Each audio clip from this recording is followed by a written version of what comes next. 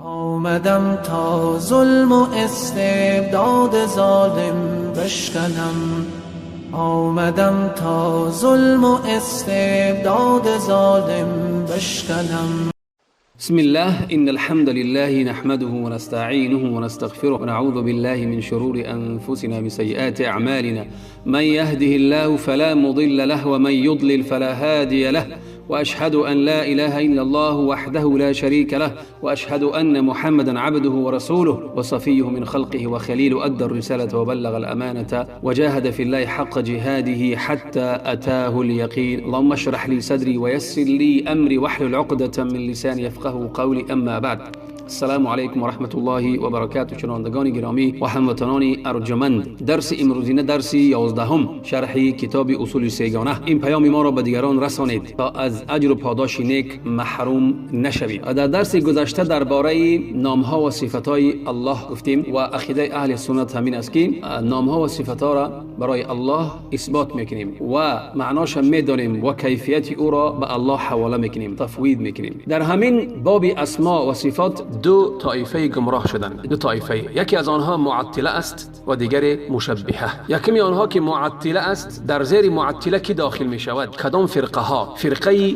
جهمیه که اساسگذار این است. دوم اشاعره و ماتریدیه و معتزله و دیگران از آنها چی همین عقیده را گرفتند. معطله ها چی میگویند؟ معطله ها گفتیم کی هستند، چی میگویند؟ معطله معناش بیکار کردن یا که انکار کردنی. معنای معطله این آنان هستند که انکار میکنند صفات ها و نام های الله، یا که بیکار میکنند یا که بعضی آنها را و دعوا میکنند که اگر که ما برای الله اثبات کنیم صفات ها و نام ها را، مثل دست، مثل چشم، مثل روی، اگر برای الله اثبات کنیم، پس این معنا دارد که ما الله به خلقش ماننده و تشبیه کردیم. یعنی صفاتهای الله مثل صفاتهای مخلوق گفتیم. همین معنا را آنها از همین از اثبات کردن نامها صفاتها میفهمند که هر آینه این باطل است. برای چی؟ برای که آنها عقل پیش میکنند، ایروی عقل همین درک میکنند که همین معنا را دارد اثبات کردن نامها و صفاتهای الله، ولی این دعواشان باطل است از چند پهلو یا که از چند روی. یکم میان اگر اثبات کردن نامها و صفاتها معنای تشبیه الله به خلقش باشد، پس این لوازم باطل است. برای چی لوازم باطل است؟ برای آنه که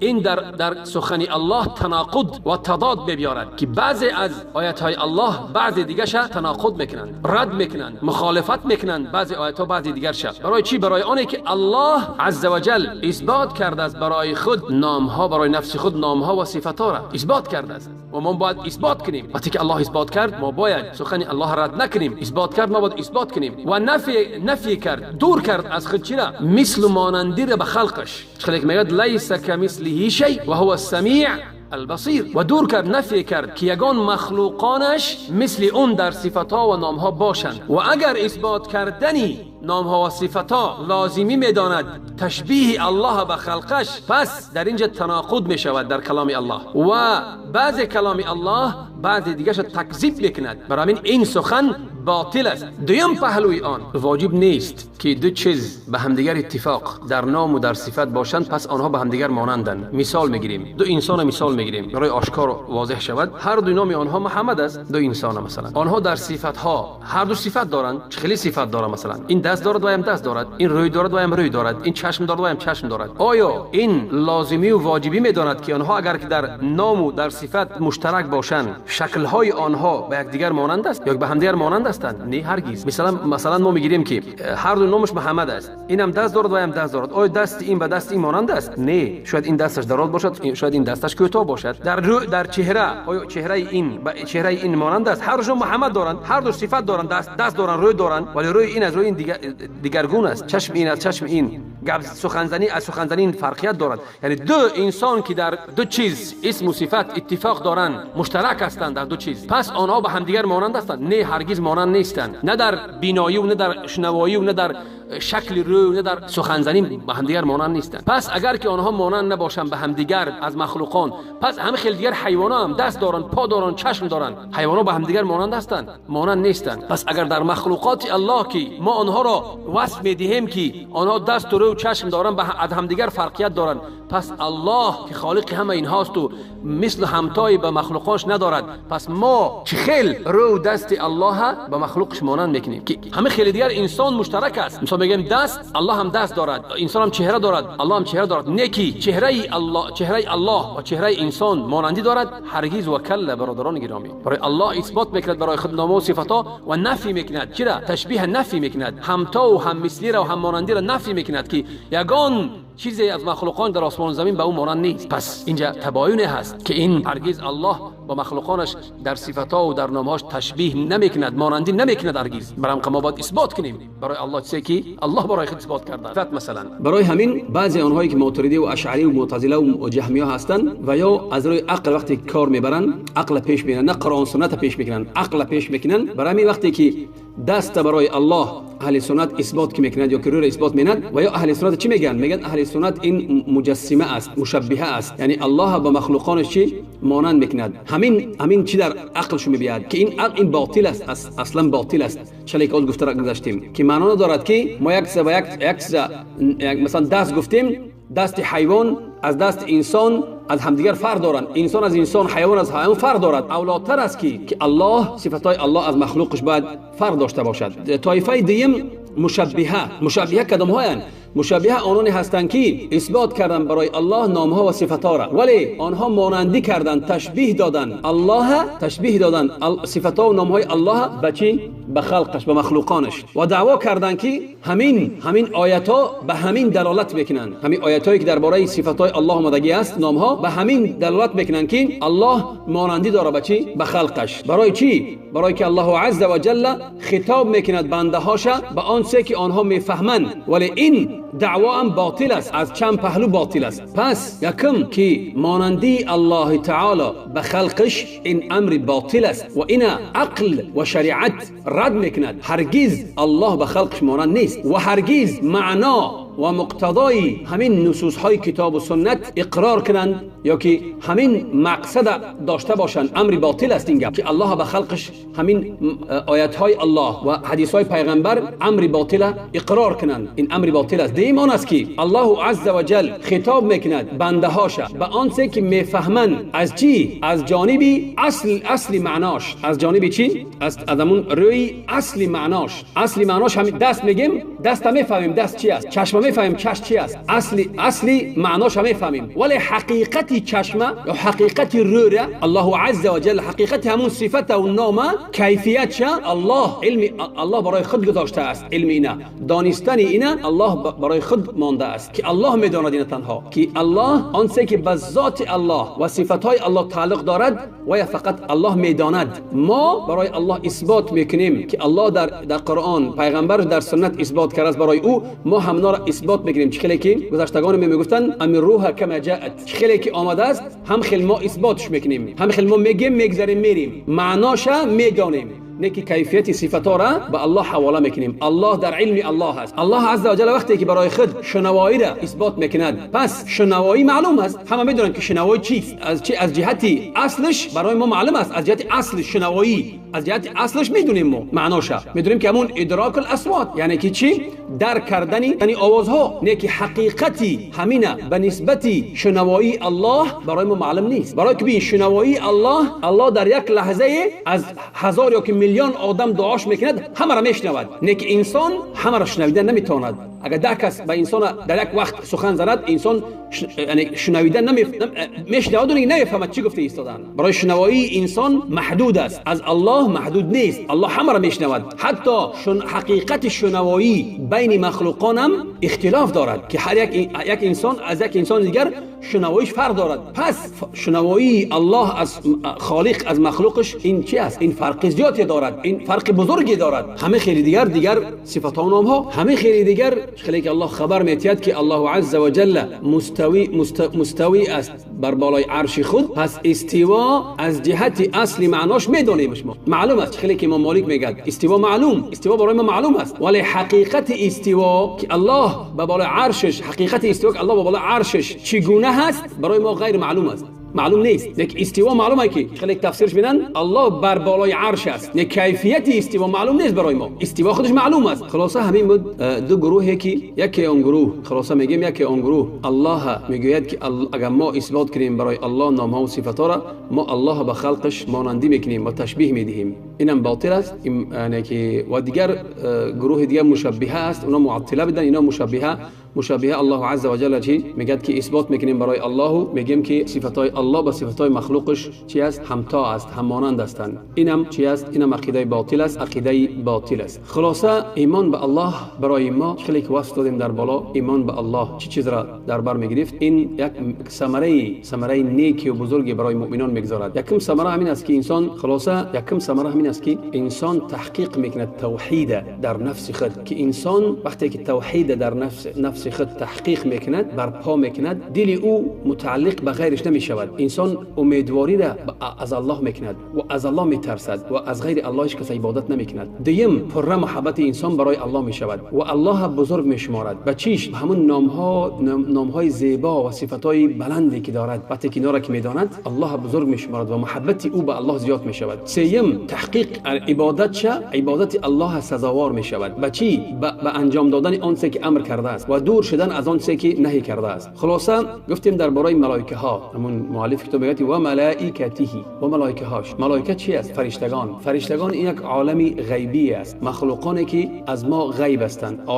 عالمی هست، عالمی غیبی هست که در اون فرشتگان هستند، اونا مخلوق هستند مثل دیگر مخلوقان، نه که از ما غیب هستند، ما آنها رو نمیبینیم. الله عبادت میکنند، آنها خصوصیت های ربوبیت و الوهیت ندارند. الله آنها را آفریده است از نور و آنها را آنها فروتن و تن دادگان به چی؟ به امر الله، و آنها الله نیرو داده است که آنها امرهای الله انجام میدهند. خیلی که الله عز و جل میفرماید و من عنده لا يستكبرون عن عبادته ولا يستحسرون يسبحون الليل والنهار لا يفترون. سوره انبیاء 19 آیت. الله میفرماید که و برای اوست هر کی در آسمان ها و زمین است و کسانی که نزد او هستند، ای فرشتگان، از عبادت و پرستش او تکبر نمی‌ورزند، کبر نمی‌ورزند و خسته و درمانده نمی‌شوند. آنان شبانه روز به آن که سستی ورزند الله را به پاکی می‌ستایند. فرشتگان این همه وقت در عبادت هستند، هرگز خستگی و سستی نمی‌ورزند در عبادت الله. آنها خیلی عددی بسیاری هستند که آنها را شماریده نمی‌شود. غیر الله عز و جل عدد آنها را غیر الله عز و جل هیچ کس نمی‌داند. شد در حدیث صحیحین بخاری مسلم از حدیث انس رضی الله عنه در قصه معراج پیامبر بزرگوار صلی الله علیه و سلم، وقتی که پیغمبر در وقت معراج نشان دادن برای پیغمبر بیت معمور، بیتی که در آسمان هست، مثل در خانه کعبه در زمین است، بیت المعمور در آسمان است که در اون میگه هر یک گرد او 70,000 ملائکه چی عبادت میکنند در گرد بیت معمور. وقتی که میدرایند 70,000 فرشته میدرایند، دیگر از اونجا بر نمیگردند. هر روز حالشو همین است، عبادت میکنن و 70,000 ملائکه میدراید و دیگر بر نمیگردند. این عبادت فرشتگان در چی؟ در بیت المعمور. ایمان به ملائکه ها 4 چیز را در بر میگیرد. یکمش ایمان به چی؟ به وجود آنها، که آنها در حقیقت وجود دارند. انسان باید ایمان بیارد که ملائکه ها وجود دارند و هستند. دوم ایمان، و بعد ما باید ایمان داشته باشیم به اون ملائکه هایی که ما نامهای آنها را میدانیم و با اون ملائکه های ما نامهای آنها را نمیدانیم، باید ما اجمالی ایمان بیاریم به همش. سوم ایمان داشتن به اون چیزی که ما میدانیم آنها چی صفت دارند، مثل صفت جبریل علیه السلام، چخیلی که پیغمبر بزرگوار صلی الله علیه و سلم به ما خبر میدهد. پیغمبر او را دیده است که 600 بال یا که پر دارد در آسمان، به همون صفتی که الله آفریدهش، به همون صفت دیدگیش است. به همین ما باید ایمان بیاریم. خیلی به ما پیغمبر گفت که جبریل علیه السلام 600 پر یا که بال دارد، به همین ما باید ایمان بیاریم. و باید ایمان بیاریم که فرشتگان به هیئت و شکل انسان هم خود را گرداندن میتوانند. خیلی که روی داده بود که جبریل علیه السلام وقتی که فرامد به زمین، مثل که به پیش مریم علیه السلام رفت، مثل یک مردی رفت، یا که به پیش پیغمبر صلی الله علیه و سلم وقتی که آمد در حدیث دراز گفتیم که حدیث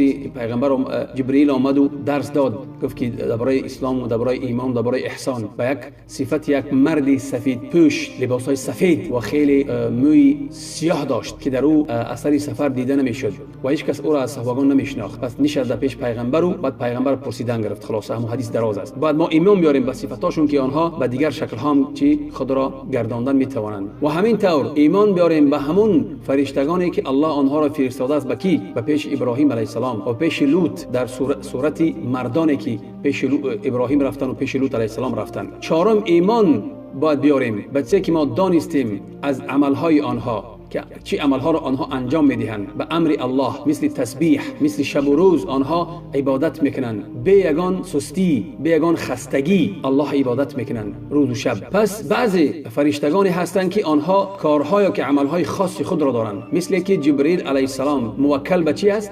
به وحی آوردن از آسمان، از نزد الله او را میفرستند و پیش پیغمبران. این وظیفه چی است؟ وظیفه جبرئیل علیه السلام است، وحی آوردن. مثل میکائیل علیه السلام که او موکل به چی است؟ به بارانگری و به نباتات و بینا، به کوه و به زراعت و باران و کل به همین ها است. و اسرافیل علیه السلام موکل به چی است؟ به دمیدن در سور میدمد روز قیامت، میدمد همه وفات میکنند، دویم باره میدمد همه از قبرها میخیزند میرویند. فرشته جانگیر ملک الموت موکل به چی است؟ به گرفتن چی؟ قبض ارواح، در وقتی که انسان میمیرد روح او را میبرد. باز مالک که موکل به چی است؟ به دوزخ، در دوزخ فرشته در دوزخ برای عذاب دادن دوزخیان و امو خازین نار است. و ملائکه هایی که موکل هستند به اون کودکان یا که جنینی که در شکم مادر است، همون فرشته ها موکل هستند به همون در همون 4 ماهگیش در او جان میدمند و مینویسند. الله آنها را میفرستاند که آنها مینویسند بعد 4 ماه جان میدمد در آنها و مینویسند که رزقش چقدر است،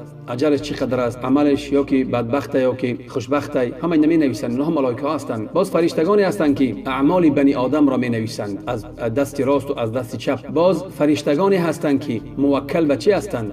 با پرسیدن مرده وقتی در قبر گذاشته می شود که نامشون دو ملائکه هستند، منکر و نکیر، که میپرسند از کیست پروردگارت و دینت چیست و پیغمبرت کیست. این بود درباره فرشتگان. ما از ایمان به فرشتگان چه ثمره میگیریم؟ ثمره خیلی بزرگی میگیریم. یکم ثمره است دانستن چی؟ دانستن بزرگی و باشکوهی الله و قوت الله و سلطان الله، که الله بسیار بزرگ است، که چقدر مخلوقان فرشتگان بزرگ هستند و الله همه آنها خالق همه آنهاست. پس چقدر الله بزرگ است. دویم شکر کردن الله متعال برای چی؟ چخیل الله یعنی که سرپرستی میکند فرزند آدم که برای او موکل کرده است، عهدهدار کرده است فرشتگان که بعضی آنها انسان مسلمان حفظ میکند، بعضی آنها می نویسد عملهای انسان و دیگر کارهای دیگر. سوم که فرشتگان دو اسم دارند، اون کسی را که الله پرستش میکند از بشر، کدام انسانی که الله عبادت کرد فرشتگان او را دو اسم دارند. و بعضی انسان هایی که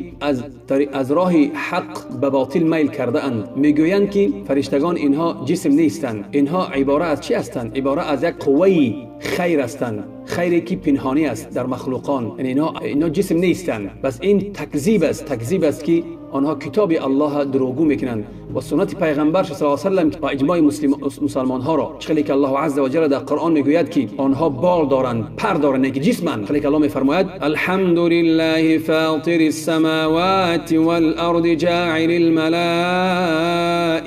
رسلا اولی اجنحه مثنى و ثلاث و رباع. سوره فاطر یکم آیت. چخیلی که الله میفرماید ستایش الله را است که آفریدگار آسمان ها و زمین است، فرشتگان را که دارای بالها، پرها، دوگانه و سیگانه و چهارگانه هستند رسولان قرار داد. او هر چی را بخواهد در آفرینش می افزاید. خداوند به هر کاری تواناست. الله در همینجا اثبات میکند که فرشتگان بال دارند، پر دارند، می پرند. یعنی این معنا دارد که فرشتگان جسم هستند، جسم دارند. و باز الله عز و جل می فرماید که ولو ترى اذ الظالمون في غمرات الموت والملائكة باسطوا ایدیهم اخرجوا انفسکم. سوره انعام 93 آیت. اگر ببینی زمان را که ستمگران در سکرات مرگ قرار گرفتند، در جانگدازی قرار گرفتند و فرشتگان دستهای خود را گشاده فرمان جان دادن میدهند. باز الله عز و جل میفرماید برای اهل جنت: والملائکة یدخلون علیهم من کل باب سلام علیکم بما صبرتم فنعم عقب الدار. سوره رعد آیت 23-24.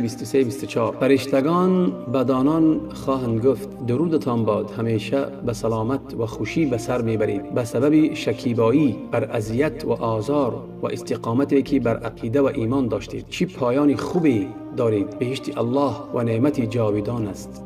الله عز و جل صفت میدهد که چی فرشتگان چی وظیفه ها دارند. پس در صحیح بخاری با از ابی هریره رضی الله عنه پیغمبر بزرگوار صلی الله علیه و سلم فرمودند که هنگامی که الله عز و جل بنده را دوست دارد، پس الله ندا میکند برای جبرئیل که الله دوست می‌دارد فلانی را، یعنی نامش میگیرد فلانی را الله دوست می‌دارد، پس شما هم او را دوست دارید. پس جبرئیل علیه السلام او را دوست می‌دارد. پس جبرئیل ندا میکند به اهل آسمان: هر آینه الله دوست می‌دارد فلانی را، نامش میگیرد، فاحبوه، پس او را دوست می‌دارید. پس اهل آسمان چی فرشتگانی هست او را دوست می‌دارند. در زمین برای او قبول گذاشته می‌شود که مردم او را قبول می‌کنند، مردم او را دوست می‌دارند، هم در زمین هم، برای که الله وقتی امر که کرد امر الله بجا آورده می شود. باز در حدیث دیگر پیامبر بزرگوار صلی الله علیه و سلم می فرماید که هنگامی که روز جمعه هست، در پیش دری یا در پیش دروازه هر یک مسجد فرشته نشسته است که می نویسد. کسی که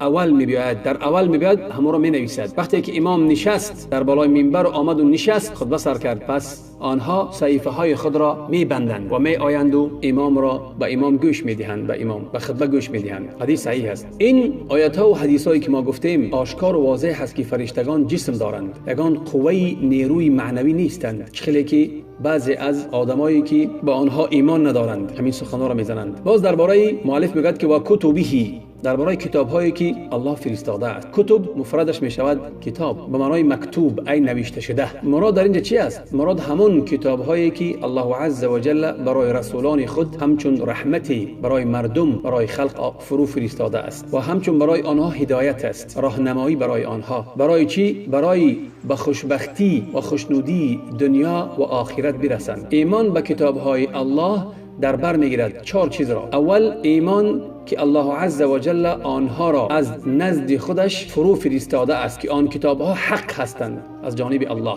دوم، ایمان به همون کتاب هایی که الله فرستاده است، همش که نامش میدونیم، و به قرآن که الله عز و جل برای محمد صلی الله علیه و سلم فرستاده است، و تورات برای موسی علیه السلام فرستاده است، و انجیل برای عیسی علیه السلام فرستاده است، و زبور اونی که برای داوود علیه السلام فرستاده است، و صحف ابراهیم که برای ابراهیم الله عز و جل فرستاده است. و اما آنهایی که آنها را نمیدانیم نامهاشان، پس به آنها هم ایمان میباریم در عموم. سیوم، باور کردن آن چیزی که درست است از خبرهایی که درست است، مثل که برای ما خبرهای قرآن الله عز و جل در قرآن برای ما خبر داده است. چهارم، عمل کردن به احکام قرآن، آن احکامی که نسخ شدگی نیست، و رضایت و تسلیم شدن. یکسان است که حکم او را فهمیدیم یا که نفهمیدیم، باید تسلیم شویم، باید قبول و راضی شویم به حکم الله. و به تمامی کتاب های گذشته اند منسوخ هستند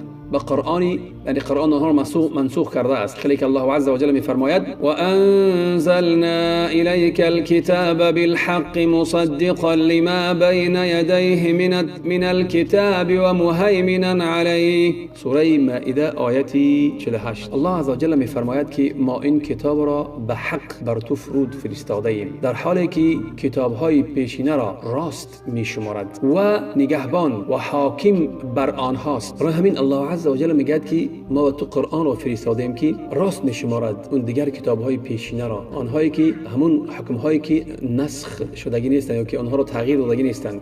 بعد قرآن حاکم است به دیگر کتاب ها، یعنی که جایز نیست عمل با احکام اون کتاب هایی که پیشینه هستند مگر آن حکم هایی که به قرآن آنها را اقرار میکند، به آنها عمل میکنیم. آنهایی که قرآن آنها را اقرار نمیکند به آنها عمل نمیکنیم. ایمان به کتاب های الله برای ما ثمره میبخشد. باشد، برای بزرگی. یکم دانستنی، یعنی که چقدر الله برای ما عنایت میفرماید و ما را برای عنایت میبخشد. برای چی؟ برای که به سوی ما کتاب‌های فرو میفرستاند که اون کتاب‌ها برای ما راهنمایی هستند برای حق. دوم دانستن حکمت الله، یعنی چقدر الله حکمت بزرگی دارد که برای ما، برای هر یک قوم قانون و دستوری کرده است، به آن چیزی که مناسب است به همون احوال همون قوم. به هر یک قوم منهجی، شریعتی برای هر قوم الله عز و جل فرستاده است. برای هر قوم مناسب است همون شریعتی که الله گذاشته است. خیلی که الله عز و جل میگوید لکل جعلنا منکم شرعة و منهاجا، سوره مائده 48 آیت. الله میگوید که ما برای هر یک از شما ای امتها آیین و منهج و شریعت و طریقه روشنی قرار دادیم. برای هر یک امت الله عز و جل شریعتی که مناسب است به حال آنها الله فرستاد. برای همین ما باید سپاسگزاری کنیم که الله برای ما فرشتگانی را فرستاده است. گفتیم برای چی؟ و کتاب‌های فرستاده است برای راهنمایی ما و رسولان فرستاده است برای راهنمایی ما. این از آن جهت است که الله ما را دوست می‌دارد و الله دوست می‌دارد. برای همین باید ما عمل‌های را انجام دهیم که به الله نزدیک شویم و آن عمل‌هایی که ناسپاس و زشت هستند از آنها دور شویم که الله ما را دوست دارد. برادران گرامی و خواهران، درس دوام دارد. در درس دیگر درباره رسولان فرستادگان الله سخن می‌زنیم و از دعای نیک خود ما را فراموش نکنید. و السلام علیکم و رحمت الله و برکاته.